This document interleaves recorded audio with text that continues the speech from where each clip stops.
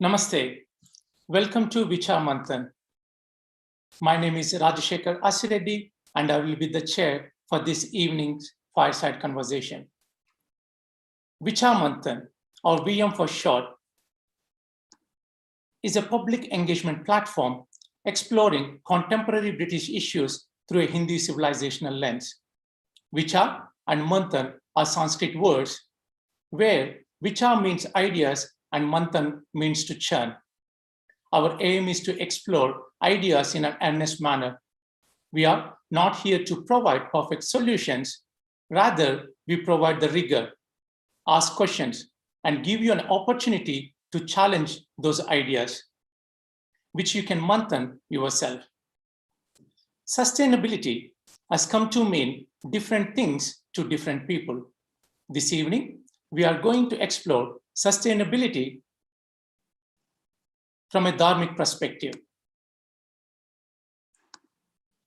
Sustainability in an ever-changing socio-political environment where market-led economies dominate, how are we to bring balance? How do we decide what is sustainable? Should we rely on the government or enterprises or NGOs? Who is responsible to ensure that we live in a world that is sustainable, one that not only secures human life, but all the life on this planet? To Manthan this topic, we are joined today by Dr. Sachin Nandha. Sachinji is a political philosopher with a PhD in liberty and liberalism. Also, he is an ex-CEO and sits as a non-exec for many companies. He devotes most of his time to work with organizations to bring societal change. Currently, he is researching and writing a paper on sustainability. He is also international coordinator for VM. Welcome to VM, Sachinji. Namaste, and it's a real pleasure to be here. Thanks for joining us today. We have around 60 minutes in total, where the initial 30 minutes will be a Manthan between Sachinji and myself, followed by questions from the audience. We encourage you to engage in the discussion and ask questions using YouTube live chat function. Sachinji, we start with your opening remarks. Can you address what is sustainability from a Dharmic perspective, and also how is it different from common man's understanding? Thank you, Raji. It's a real pleasure to be on the Vichar Manthan platform again. And, you know, from the off, I should say that I think this is a really pertinent topic. I think it's a word that everybody is familiar with. And it's one of those words that almost everybody who hears it instantly has a reaction to support it. If something is sustainable, we ought to get behind it. So it's one of those rare, unique words that is actually very unifying. However, there is a challenge that we face when it comes to sustainability.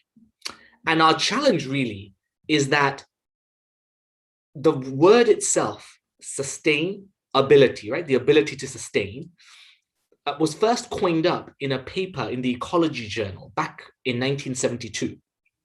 And at that time, the word itself meant something quite radical.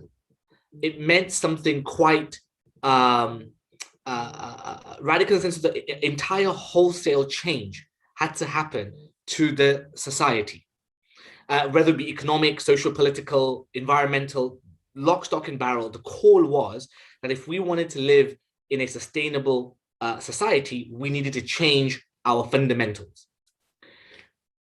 Fast forward now 40 years and more, and sustainability doesn't mean anything radical anymore.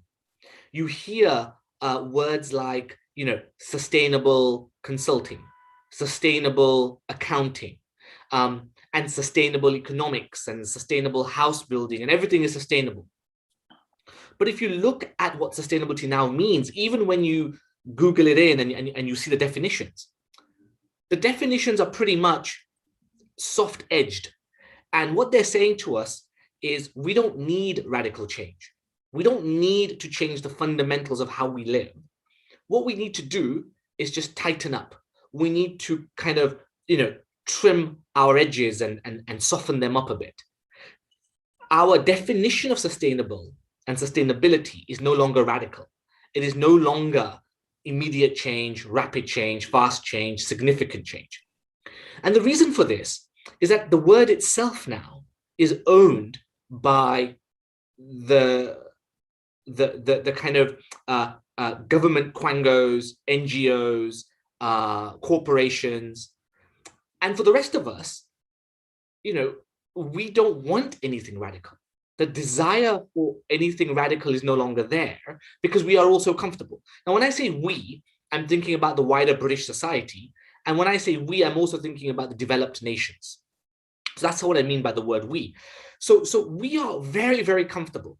The system thus far, on the whole, has worked very well for us. We lead good lives, comfortable lives.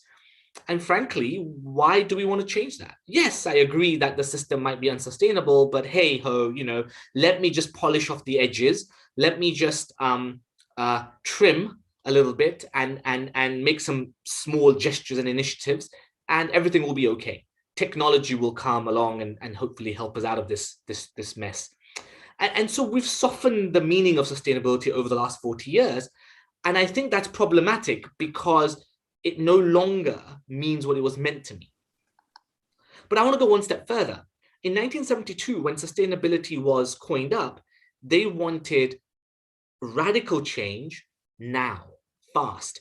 And what they were calling for was massive intervention from governments, international bodies, NGOs, basically a very top-down approach in order to curb human activity in the way it was doing and to make the planet more sustainable.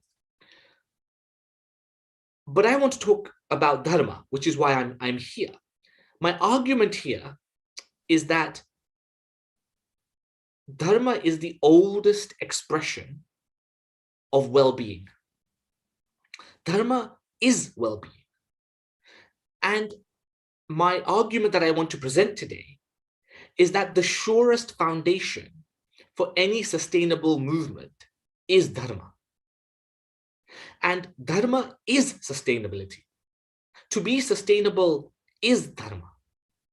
I'm going to argue that these are synonyms and we should use them as synonyms. And the reason for that is because of the very understanding of Dharma, right? Dharma represents, or Dharma points towards, an underlying order to creation, an underlying order to nature, right? And it calls out, Dharma tells us that we are nature. We are not stewards of nature. We are not here to look after the planet.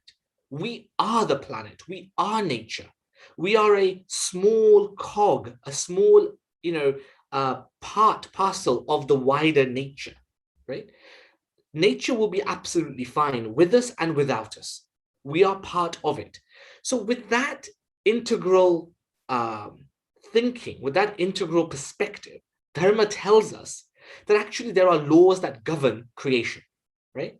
So for example, when you harness and when you live in accordance to these laws, these dharmic laws, we flourish, right? We learn to live a better lives. We flourish as human beings, not just physically, materially, but psychologically, emotionally, spiritually.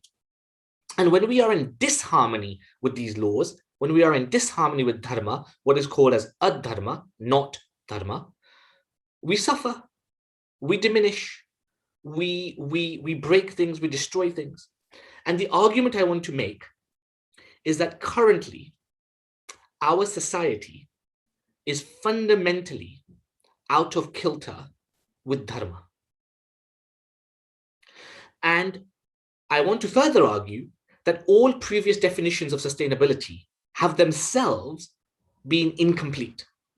And our current trajectory of sustainability is also partial at best and maybe at worst missing the point completely.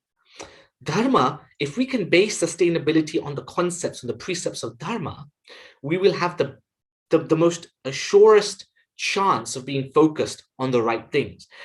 And what Dharma tells us to do, I believe, is it's calling for radical change, but not top down.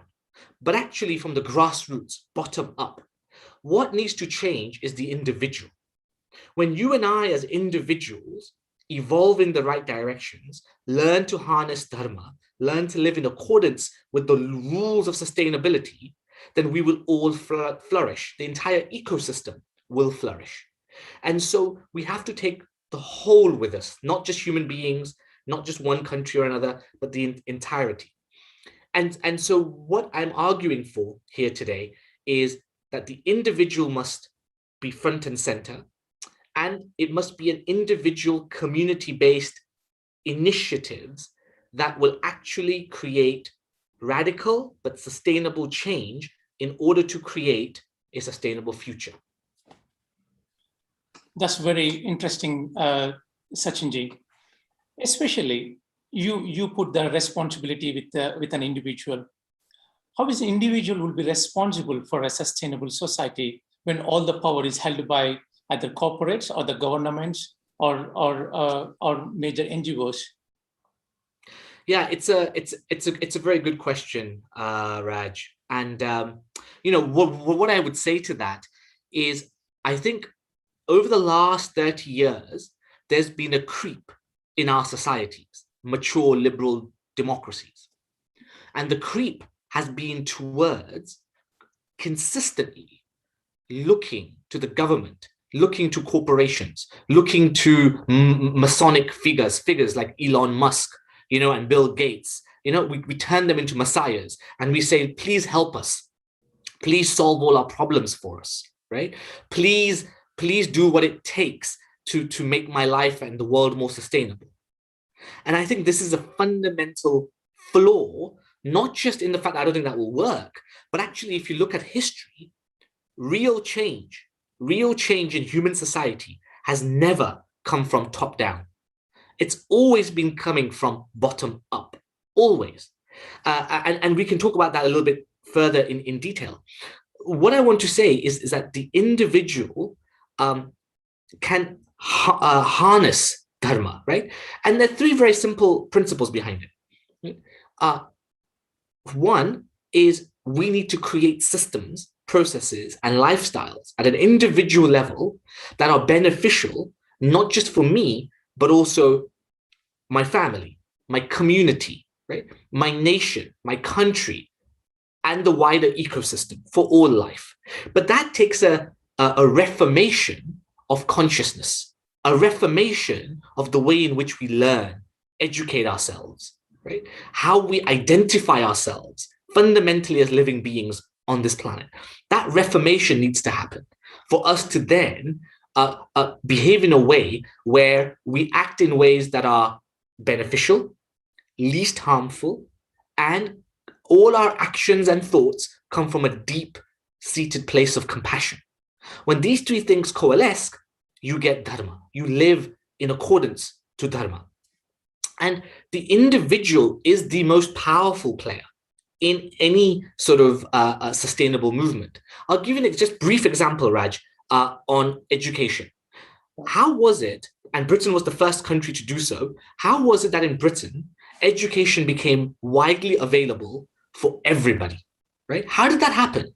Well, I can certainly tell you, it did not come from people in Westminster and the Lords and the Crown sitting there going, yes, I think it's a marvelous idea that we educate every single child in our country. No, that didn't happen. In fact, the contrary, governments and institutions always get in the way of radical progress. These were the people that said, no. Women, useless. Don't waste any time educating women because they're not bright enough, right? Don't educate Black people because they're not bright enough. These were the biases and prejudices of those days. Today, we have new prejudices, new biases, and our governments are not to be relied upon to make these radical changes. So who was it that really drove education in this country? Yeah. Well, there were two core forces, very different in nature, but grassroots orientated. One were the churches.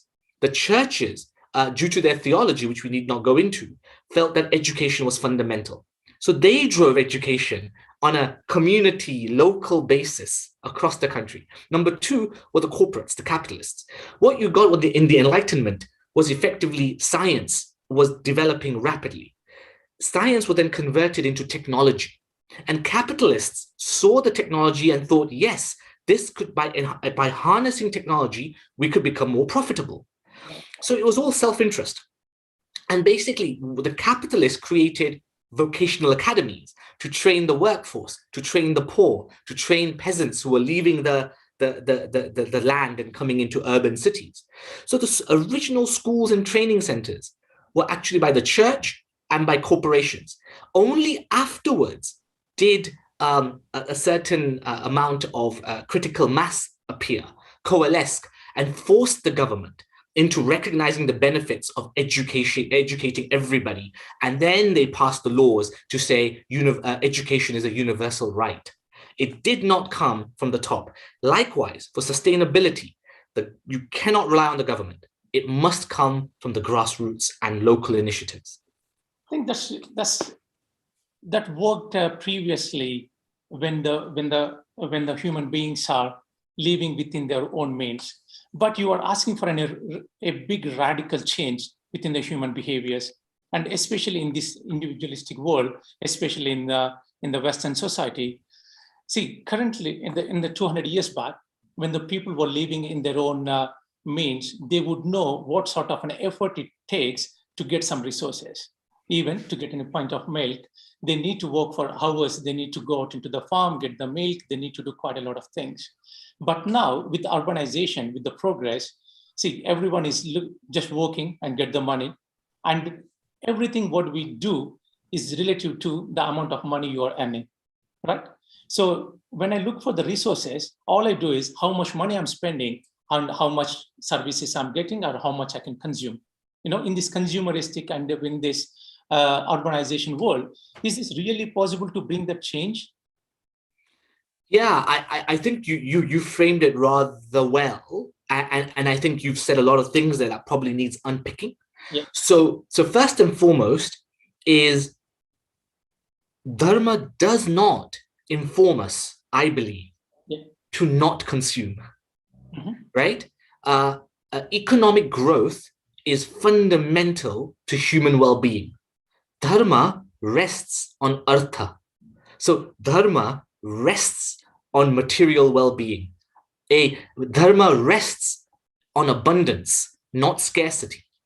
So first and foremost, we need not focus with a singular mind on cutting back, how many flights you take in a year, or whether you should make that trip to your supermarket in your car or should you walk. Those things are fine, of course, and if individually you feel compelled to not fly or not drive your car, that's great, well done, that's okay. But that's not what Dharma informs us. Dharma is not telling us to cut back on economic growth or on consumption. Quite the contrary, which I would like to come to later on, if that's okay, Raj, which is that what Dharma tells us is that it's not that you reduce your consumption, it's that you change what you consume, right? And I'd like to come into that a little bit later. What I will say, though, about what you said about the individual and is it possible for them to really do this from a grassroots local level, I would say absolutely yes. And human society has always done this throughout history in order to radically change the format of the society, right? You can take slavery as an example. That was a grassroots movement, not a top-down movement. So what I would say on the individual when it comes to sustainability is what we need is education, a total and utter reform of the way in which we think about education. Right now, we are educated in a particular way. And that education is a legacy of the Industrial Revolution, right? Where we needed a certain amount of skills and character just so that we smoothly fit into the wider economy, in the economic cogs. So you and I just become a small cog in the economic machine, and we are educated based on how smoothly I fit into the corporate system. And if I abide by the corporate systems, I flourish, I get on in life, and I earn a lot of money. And if I'm a bit of a misfit, I kind of get rejected, and I kind of go to the bottom of the ladder, and I survive, right? So our education is very partial, very, very partial.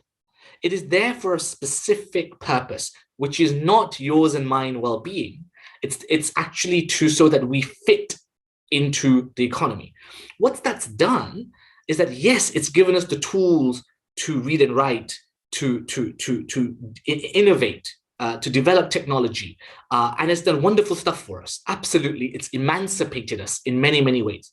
However, the side effect has been that we are alienated, right? You ask children, where does water come from? They'll say a tap, right? Yeah. Where does your meat come from? And they'll say from the supermarket. They have no notion of the abattoirs and how we treat animals and all the rest of it.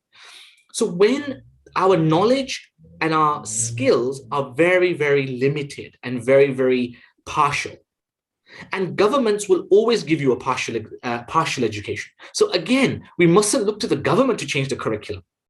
We must change the curriculum by having local schools, right? The notion of free schools, no notion of parents coalescing together to develop local schools is a wonderful initiative, if that we can have a curriculum where we produce human beings that understand nature, that can live with nature, that are not alienated from the environment, right? But understand the environment, understand how we are part parcel of society. And there are two things I want to just quickly talk about. I already mentioned skills and knowledge. The other is character, the engraved mark, literally meaning the engraved mark. We need, when I, the individual I, begin to realize that actually I am just a part parcel of my family or my neighbors and my community, my neighborhood, and when I begin to identify with my family, with my neighborhood, with my neighbors, I inevitably end up, it's a human faculty. That which I identify with, I want to take care of. Yeah. The moment I identify with something, I want to be compassionate towards it. Yeah. And therefore, our challenge in education, our challenge in rearing our citizens, is that we need to exactly do this, which is move away from the idea of producing consumers and produce citizens once again. I don't want to be a consumer. Dharma tells us to be mature, self-empowered, responsible citizens. In order to do that, you need an education where I am not the most important thing. The I is not the center of the universe, right? The I, each individual, the I begins to recognize that I have a responsibility towards my neighbors. I have a responsibility towards my neighborhood. I have a responsibility towards the trees and the rivers and the fields. And when you start having that identification process, and as that evolves beyond you, human beings automatically become compassionate towards these things. And that's how you begin to start having human beings who are far more conscientious. I'll give you a simple example. Veganism. 20 years ago, veganism was a joke, right? Like it was nowhere. And if you were a vegan, people kind of thought, well, you're a bit weird, you're a bit fringe. Well, now it turns out to be vegan is really cool. And the vegan sector is doubling in size every decade or so. Every single major food producer is abandoning their meat products and investing heavily in vegan products. Why is this happening in the West? For a simple reason. Enough people became conscientious of the way in which we are treating animals and the harm that we are causing the environment by practicing the kind of farming that we've been practicing for 100 years. And people have recognized that it's untenable. And they are morally compelled, ethically compelled, without any legal compulsion, to do the right thing. So when the responsibility for the welfare of the planet and animals comes from within, you don't need law, you don't need government. It takes care of itself. And people, again, come together to create movements. They campaign, they produce shops, they produce products, they innovate things, they innovate vegan products. And hence you have this huge movement in the West. And that's a positive thing on the whole, I would say. So this is the way in which individuals actually evolve anyway. That's interesting, Sachinji, but that leads me to too many questions, and especially when it comes to economy and the progress. I think the way you're sounding is, it comes across a bit of not very progressive side of it, especially we see in the sustainable world, the sustainable economic growth. When you put sustainable and economic growth, that doesn't go together. And especially When it comes to the individual behaviors, the food habits, local community, that maybe the individuals might work up to a certain extent. But when it comes to the electronic gadgets or some of the things which we consume in this materialistic world, how does this is going to work, especially the individual behaviors? And just extending that question further, whenever an organization or enterprise trying to implement something sustainable, by default, that cost goes up. Veganism, the example which you mentioned earlier, some people might want it to become a vegan, but we know this is not affordable. Many people, I asked my friends, they say, oh, veganism is quite expensive, I can't afford it. So once we get into this sort of a thing, is it really possible and is it affordable for the common man? Yeah, they're wonderful questions. So let me go one step at a time, right? Yeah. So first and foremost, let me make the categorical statement that Yeah. Dharma tells us that progress is good, material is good, economic growth is good, creating wealth is good, right? Consumption is amoral. Consumption is not good. Consumption is not bad. Consumption is just a fuel for the economy, for any economy for that matter, right? From the halcyon days of thousands of years ago, and it will be the case in a few hundred years from now. Consumption will be the fuel for any economic vibrancy. So Dharma does not say go backwards, cut down things. Dharma says consume, but consume the right things in the right amount. So for example, right now, we have been turned from citizens to consumers. The average child today does not see or does not identify himself or herself with being a responsible citizen for their neighbors, for their neighborhood. The average individual in the West, I would argue, is increasingly becoming alienated from these things. And so all we are relied to do is consume. Yes. That's all we are relied to do. Just keep consuming, keep consuming. And the funny thing is what are we told to consume? We are told we are inevitably going to consume anything upon which the popular culture tells us is worthy. And that sense of worth is worth exploring just now. So what is worthy in our society? What kind of house do you live in? Where is your house? What's the postcode? How many bedrooms you have? What car you drive? How many cars you've got? What kind of clothes you wear? What's the brand of those clothes, right? These are the kind of things, how many holidays did you go on? Where were those holidays? What kind of hotel did you stay in? All of these sorts of metrics basically is what we say makes you a noble and worthy human being. Right. The bigger the house, the more successful I am. Bigger the car, the faster the car, the more successful I am. If all my children, of which I have none, if all my children went to fancy private schools, I'm very successful. I'm very noble, right? And so our metrics for judging ourselves is completely adharmic, is out of kilter. So human beings are going to consume anything that gives them respect and a sense of honor, honorable. And right now, clothes, fashion, the kind of houses we live in, that's what we consume. And remember something about what Adam Smith told us. Adam Smith was very clear. He said capital is amoral. And he said human capital will always satisfy the demands of the people. So if the people desire base things, capital will deliver base things quicker and cheaper. Quicker and cheaper. When the citizen begins to desire higher pleasures, and I'll define what they are in a minute, higher pleasures, then actually capital will be reorientated to deliver those higher pleasures cheaper and faster. Look at veganism. Veganism is a food pleasure. It came across, it superseded eating red meats and factory farmed meat, meats. And all of a sudden, yes, veganism and vegan foods are more expensive than your factory farmed chickens and eggs, but actually the price of vegan products has come rapidly down and is declining even still.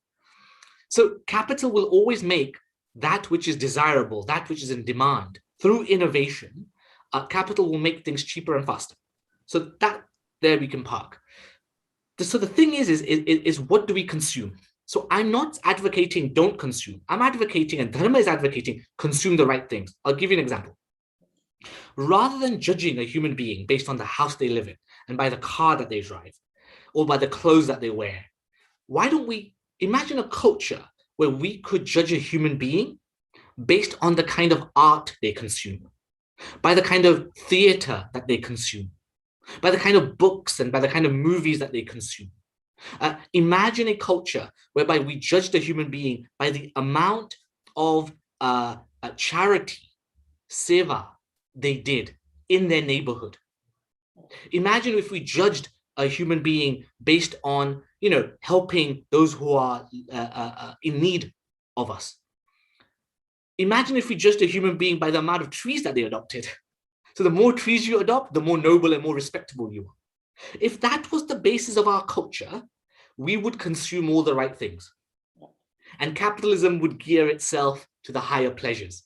We would see theaters everywhere. We would see art galleries everywhere. We would see poetry everywhere. We would see noble thoughts, noble things everywhere, right? And therefore, we would create a culture whereby we are still consuming, but we're consuming better things, things that don't make us alienated, things that don't make us insecure. Rather, these are things that fulfill us, make us wholesome, right? And that would be dharmic. So economically, we can still be a progressive society by being sustainable if we are led by dharma. I think you're providing a lot of radical thoughts on that one. I think because we are on the topic of capitalistic and the capital world, I would like to challenge this concept with the same capitalism. See, capitalism is a self-regulatory mechanism, right? And it seems to be working, at least in the last 70, 80 years, okay. And mostly, as soon as some commodities become scarce, and if it is not sustainable, the innovation comes in because of the capital availability, because that is in a demand. So if it is working, why do we need this new mechanism? Do you think capitalism is not going to survive if we continue to do in the same way? And because just to add to that, we are seeing a lot of innovation. As soon as something is unsustainable, a lot of innovation is coming in. But if you go into the methods which you are sustaining, is it not going to curb some of the innovation which we are looking into? I think, Raj, there I would say, and I would push back, that actually your premise is wrong. Yeah. And it's actually incorrect. What drives innovation is not scarcity. What drives innovation is demand. Okay. Therefore, I keep saying that if you demand the right things, capital will fund the right innovation. Right. So we will innovate that which we demand. So let's demand the right things. But how do we demand the right things as a citizen, right? Well, firstly, we have to identify ourselves as citizens. We have to identify ourselves with our neighbors and our environment and trees and hills and forests and rivers. When we can identify ourselves in the right way, which requires education, which requires a radical shift in culture, right? Not in economy, not in the government, not in the military, not in any of that sort of stuff. I'm talking about localism. I'm talking about reforming the way in which we identify ourselves, right, as a citizen, and how we connect with our fellow human beings. This sense of I, this selfishness that we are encouraged to be, right, which makes us competitive. It makes us deeply alienated from our fellow human beings and animals and other life, where we just consume everyone. We use everything, including each other, by the way, right? We have to get away from that culture. That will create the right demand. And when you have the right demand, as Adam Smith rightly said, capitalism will automatically supply that demand, right? So capitalism is not broke. We are broke. Capitalism is just a tool. It's amoral. It's not good or bad. It's us. We have to be able, from the grassroots to shake up the system and make capitalism serve us. Right now, sadly, you and I and millions of people around the planet have become cogs just to feed a consumption, not just consumption, a base consumption economy. And what I'm arguing for is let's create a higher pleasure-based consumption economy where we desire the higher pleasures of nobler values. I think I got another challenge too on that one, especially the whole concept. Before we get into that, I'd like to ask, what you're suggesting is a complete human behavioral change.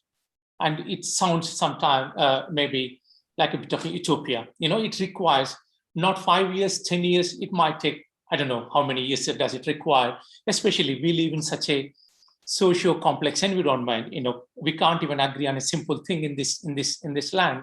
How could we make this whole humanity get into that? Is that even possible? Yeah, it's a great, it's really, and I'm glad you asked that question. There's a phrase that I think beautifully sums up where we are today, and it's called VUCA, right? So we live in a VUCA world, right? The world is volatile. And what is VUCA is for our audience? Yeah? The world is uncertain, right? The world is complex and the world is ambiguous, right? Hence the acronym VUCA, right? When the world is VUCA, no matter how bright, no matter how smart a bunch of people might be who come together to form a government or form some clever think tank, they will never have enough information, nor will they possess enough wisdom to capture the entire ecosystem. Right. Because it is too VUCA. So the first thing we must not make the mistake of is relying on clever people to tell us, don't worry, guys, you just do what we tell you to do, right? And we'll take care of everything, which is what actually the government and politicians will always keep nudging us to do. Vote for me and I'll solve this. Vote for me and I'll solve that. They can't solve anything. It's for us to solve. It's for us to reform the way in which we live. They will follow us. That's always been the case of history. Any meaningful change in society comes from the grassroots. How might that happen? Okay. The one thing that government could do is basically get out of the way and just enable human beings, right? Enable human beings. Government should never own initiatives. Government should never drive initiatives, right? But they can enable grassroots or movements which are trying to do the right thing. So I'll give you a simple example. Take a taxation system. Today, you and I are taxed in this country, the United Kingdom, about 33%. The average Joe, right, earning less than £40,000 a year or £45,000 a year is taxed 32% in total, okay? That's not including VAT, that's just income tax. Imagine a world whereby you and I are not taxed at all. 100% of our income comes to us. Why? Because we've earned it. We've sold our labor, we've sold our skills, and we've been paid for it. And 100% we should keep. Now imagine if taxation is built around what I consume. So if I go and buy an 8-bedroom house with 2 swimming pools and a squash court, but there's only me and my wife, then the tax rate on that house is going to be 50%. Right. But if I go and live in a house where it's 3 bedrooms or 4 bedrooms, it's me and my wife, and it's the tax might only be 15%. If I buy an eco-friendly car, the tax is 5%. If I buy a V6 5-liter gas guzzling beast, then the tax is 60%.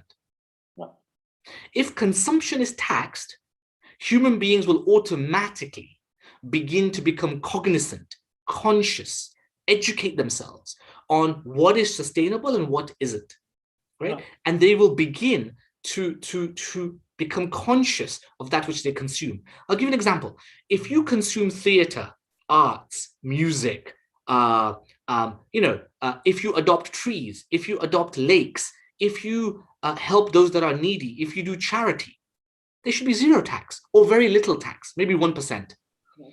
all of a sudden, you empower communities to really take ownership of their situation, rather than right now us paying wafty taxes into a black hole. The chancellor then decides on our behalf what it will do, right? That is disempowering. That is paternalism, right? What I'm arguing for is, and what I think Dharma tells us to do, is localism, grassroots initiatives and organizations, plural approaches, not one approach, plural approaches. Diversity is a strength, not a weakness, right? A consciousness where we are all integrated as one community, as one life, all living beings, right? Power must not be centralized, which is what's happening right now all over the developed West. Power must be decentralized. We must fight back so that power comes to the local, right? We must understand that culture is ecology. Culture is social equity, right? And economic vibrancy comes from the things that we value as noble, as respectable. So if we learn to respect the right things, we will all want those things. And if we want those things, we will consume those things. And so on and so forth. And the final thing I will say, Raj, is this. If you want the right behavior from people, we have to start reintroducing into our lives the notion of that which is divine and that which is sacred. Right. Dharma tells us nature is sacred. Nature is divine. And because I am a part of that nature, I am divine. You are divine. The trees are divine. The air is divine. That water and that river is divine and sacred. The trees are sacred.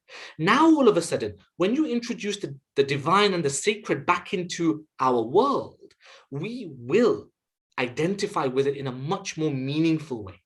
My identification with it will become integrated. And when that happens, I will automatically become compassionate towards all these things. Right. You don't need to enforce me. You don't need to then punish me. I will do it of my own accord. Right? Does that make sense? And that's what I would suggest is where we need to move. Definitely. I'd like to go a bit more further into the details, but I'm really conscious of the time, and we still have to go through our audience Q&A. We got quite a lot of questions. Before we move on to audience Q&A, I would like to ask one final question, especially on the technology.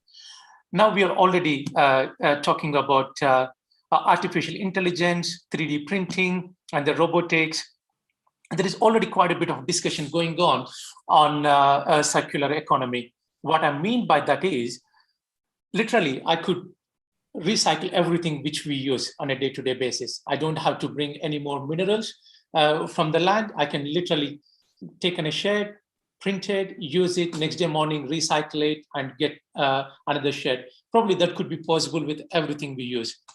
If that is the case, do we need to get into all of these things? Probably technology would be that would be the solution for all. Yes, it's that tendency that we human beings have, right?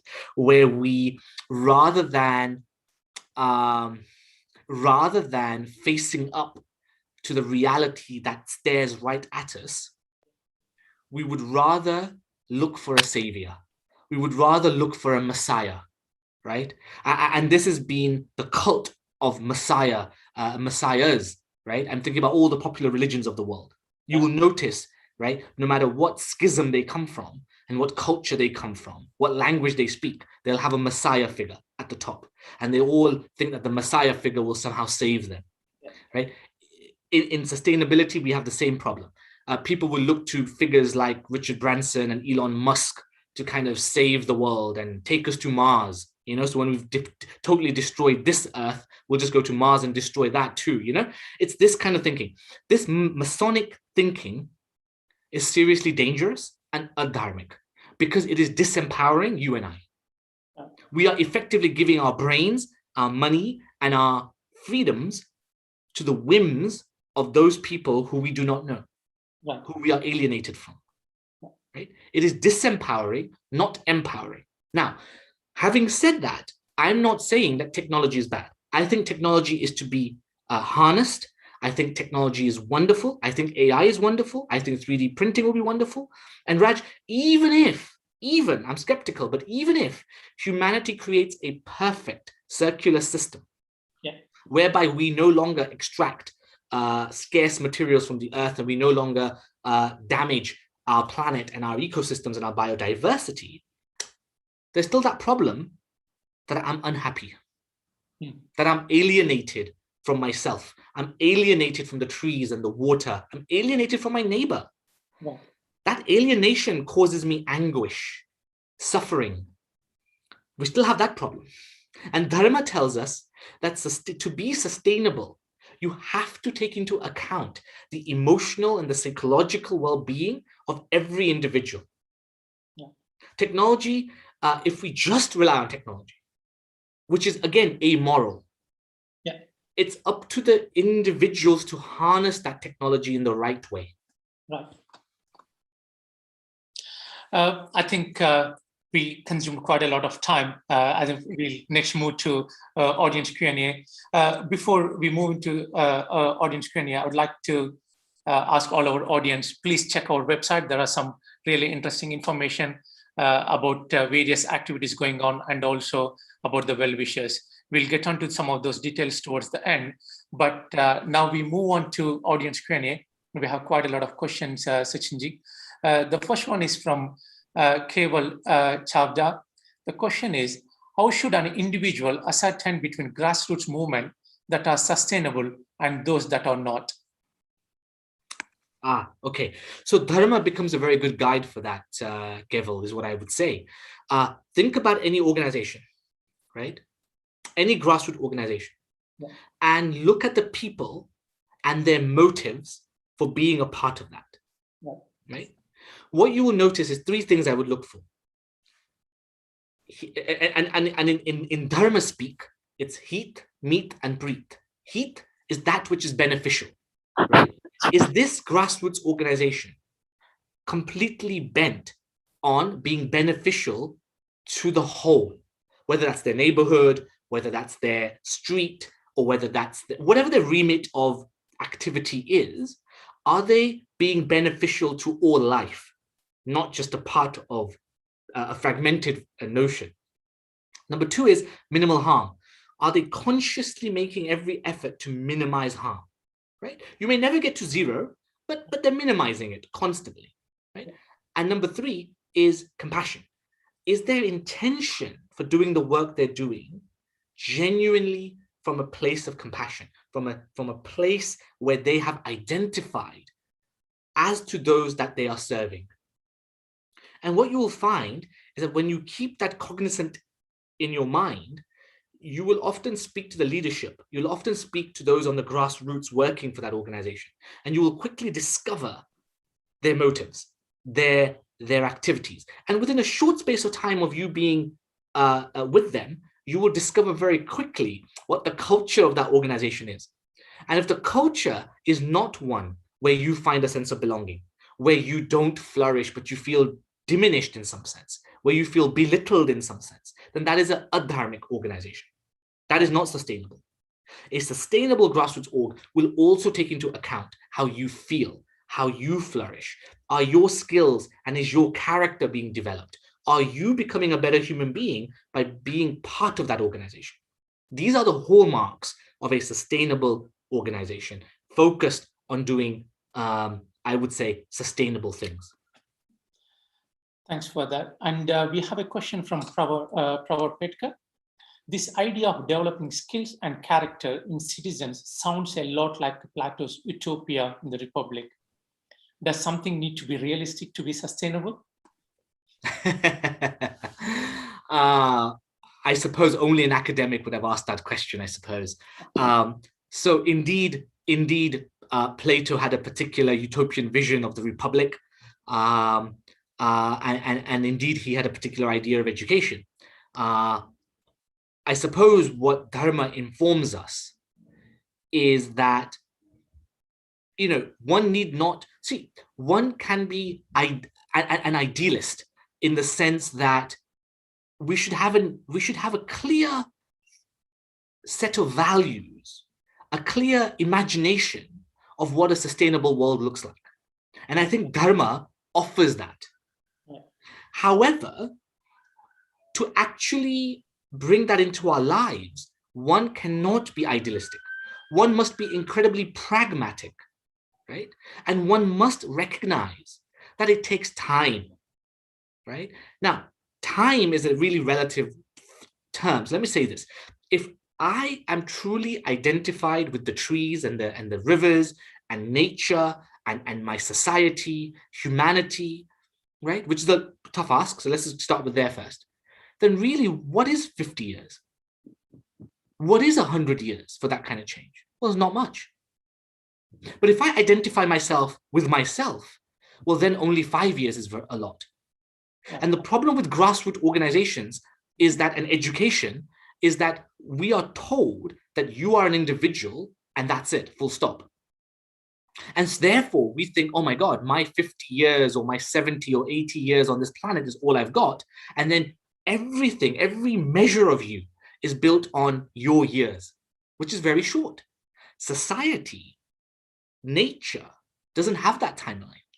And if I can recognize that I am a cog, I am a part parcel, I am an integrated part of nature, then actually I can recognize that by me doing the right thing today in a sustainable manner may not make drastic impact in 12 months, 24 months.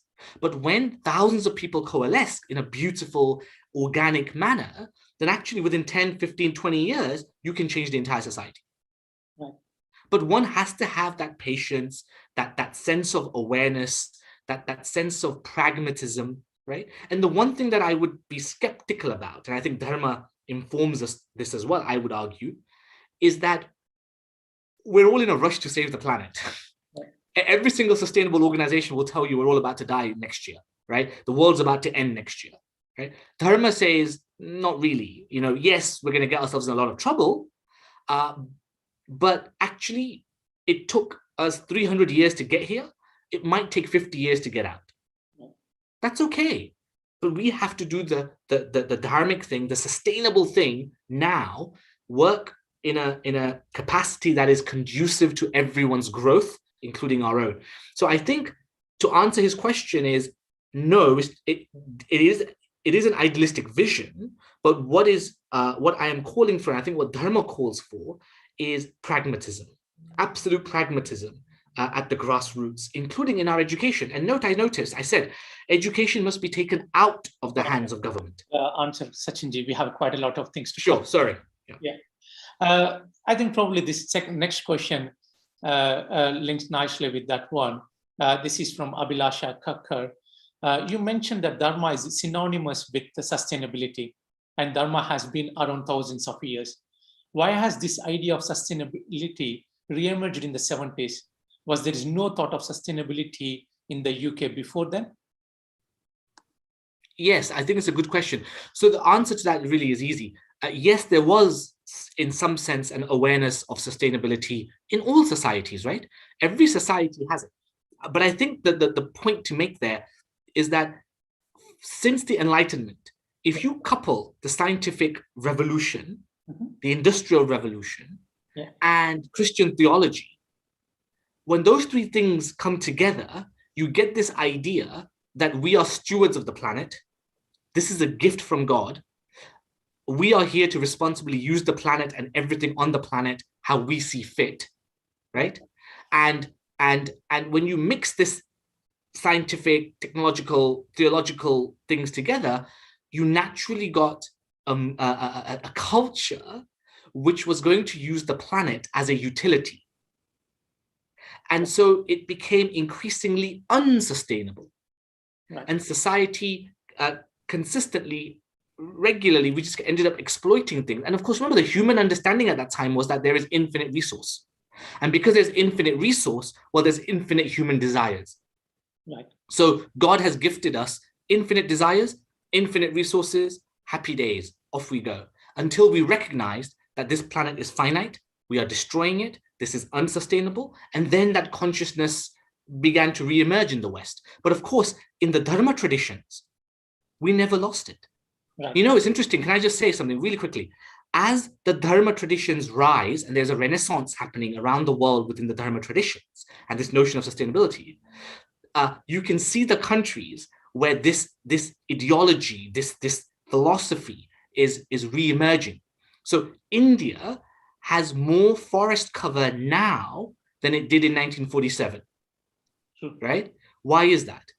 It's because the people at the grassroots, who have always been tree worshippers, nature worshippers, are politically liberated and embodied enough now to do something about that. And so these things are happening. Sure. This another one from Akshaya Rajangam. You suggested in your opening remarks about a reformation of consciousness.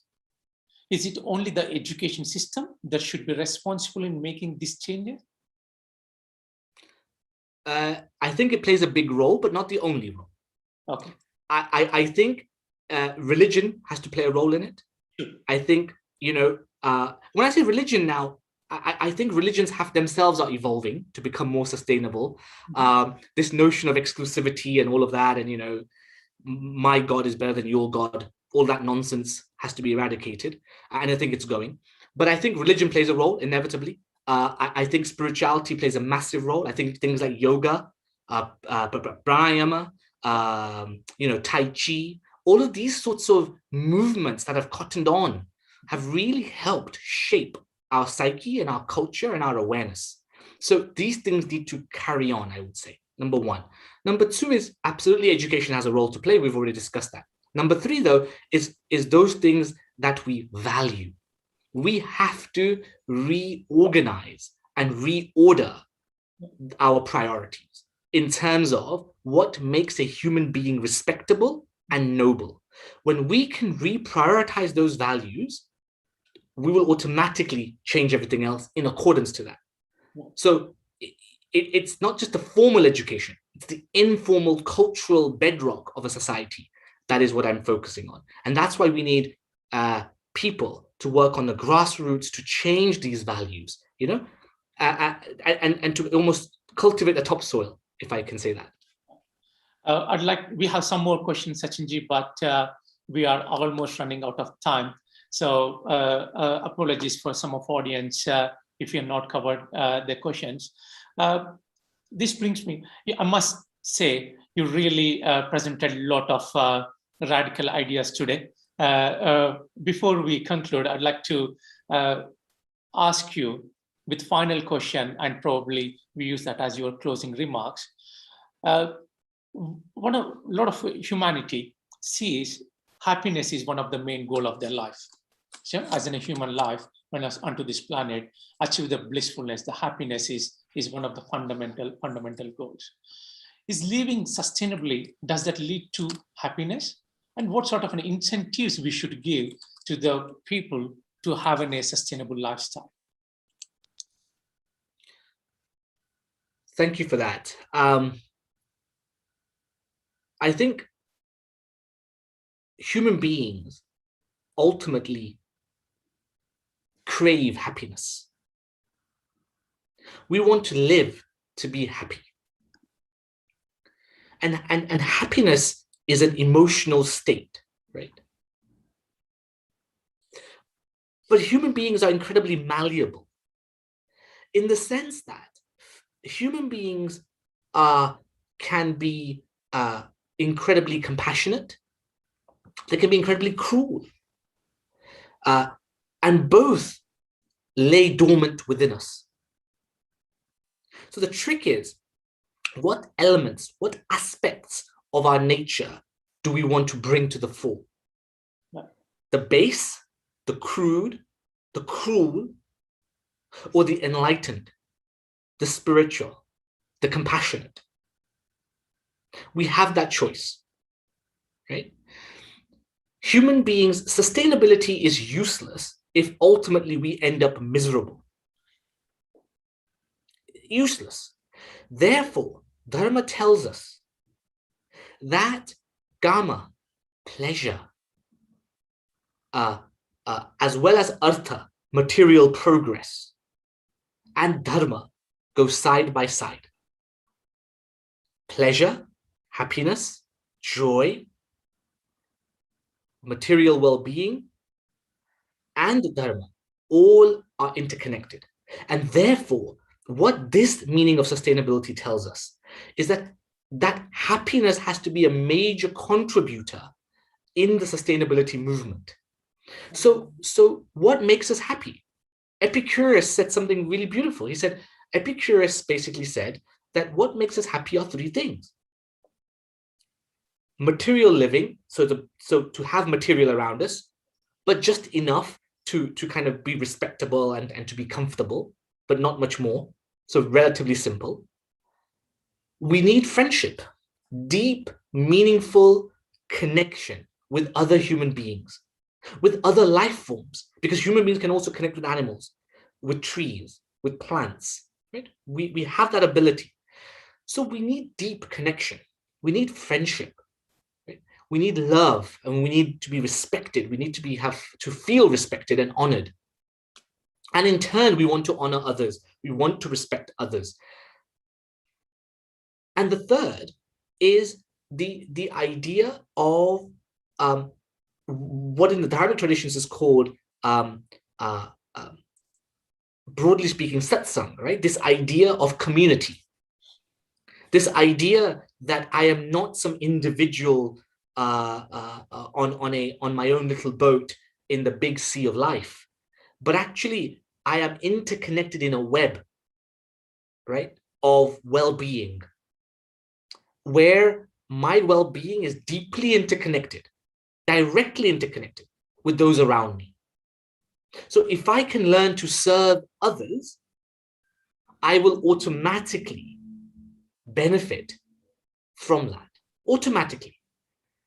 So we need a culture, a society, which is service-orientated, which really is quite a flip. So I'm still saying capitalism is good. I'm still saying consumerism is good, all of that. But what I'm suggesting here is that our base natures, which has been cultivated, shaped to be competitive, selfish, individualistic, needs to be flipped so that we are now compassionate, connected, enlightened. And therefore, we will desire all the right things. And therefore, happiness has to be part parcel of sustainability. Right? And the final point I would make on that is that when the notion of I goes beyond just myself, and as that notion of I-ness expands, naturally I will look for the well-being of all. And when you have the well-being of all in your day-to-day decision-making, you are bound to act dharmically. You are bound to identify and harness the natural laws that are there and flourish. And therefore, I would argue and say that we deeply need to reorder our society, reorder our values radically. Not any. That's the one thing we can do radically. Everything else will take time. But that's the one thing we can do radical. And my final proposition is this: unless we have this radical revolution in our consciousness, everything else will only be partial at best and outright disaster at worst. So thank you and namaste for having me on this wonderful discussion. Thank you, Sachinji. You definitely made us rethink about the way we are approaching the sustainability. There are a lot of radical ideas and the radical thoughts. Probably you presented a much more radical thoughts than the initial definition, which was published in Ecology General. And you provide a lot of insight into the issue, from where it has started and also how we should be approaching it in the future. Some very interesting thoughts and ideas about how to make this planet sustainable and how the responsibility lies with us as an individual. We say 1,000 miles journey starts with a single step.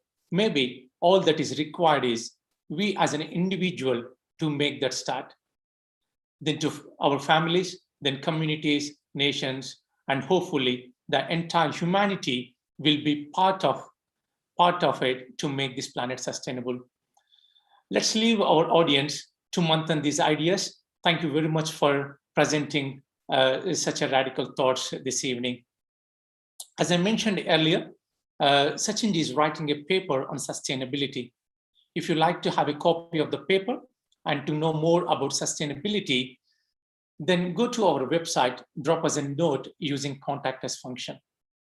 Thank you everyone who joined us today from from wherever you are. VM is a voluntary-led organization. Our Karyakartas not only give their time and effort, but also many of them are well-wishers too. I'd like to take this opportunity to thank all our well-wishers. Without their support, we won't be able to do what we are doing. If anyone watching today would like to become a well-wisher, you can become one. So by donating in a regular intervals or one-off, please use the QR code that is displayed on the screen, or you can use the link that we posted on the comment section.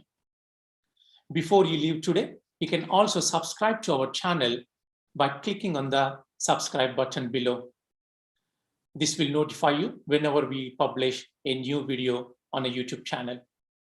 To hear more about our events in advance, please sign up to our mailing list, which is also on our website, which is www.vicharmanthan.org/mailing list.